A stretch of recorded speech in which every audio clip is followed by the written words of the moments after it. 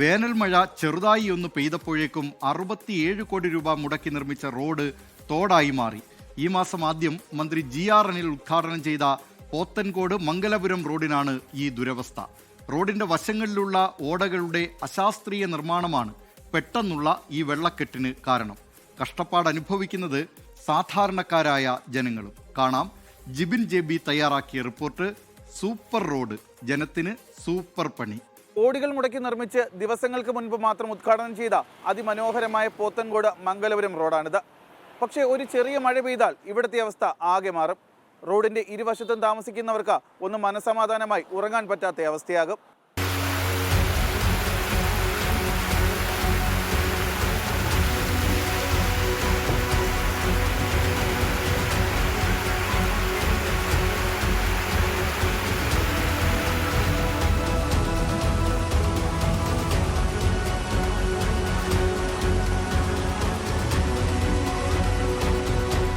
കഴിഞ്ഞ ദിവസം വൈകുന്നേരം അരമണിക്കൂർ മാത്രം പെയ്ത മഴയിലാണ് ഇത്രയും വലിയ വെള്ളക്കെട്ട് ഉണ്ടായത്.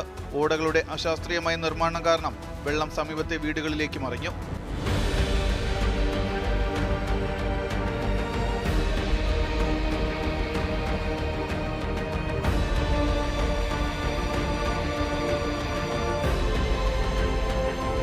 റോഡ് മനോഹരമായിട്ട് ചെയ്തിട്ടുണ്ട്, ഇല്ലെന്ന് പറയാൻ പറ്റത്തില്ല. 2 സൈഡും റെയിലും കാര്യങ്ങളൊക്കെ വെച്ചിട്ടുണ്ട്.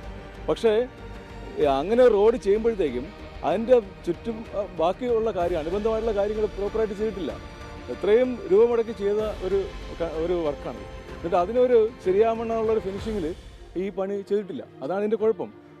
ഈ ഓടയ്ക്ക് ഇത്രയും വെള്ളത്തിനെ ശേഖരിച്ച് അതിനെ കൊണ്ടുപോകാനുള്ള ഒരു കപ്പാസിറ്റി ആ ഓടയ്ക്കില്ല.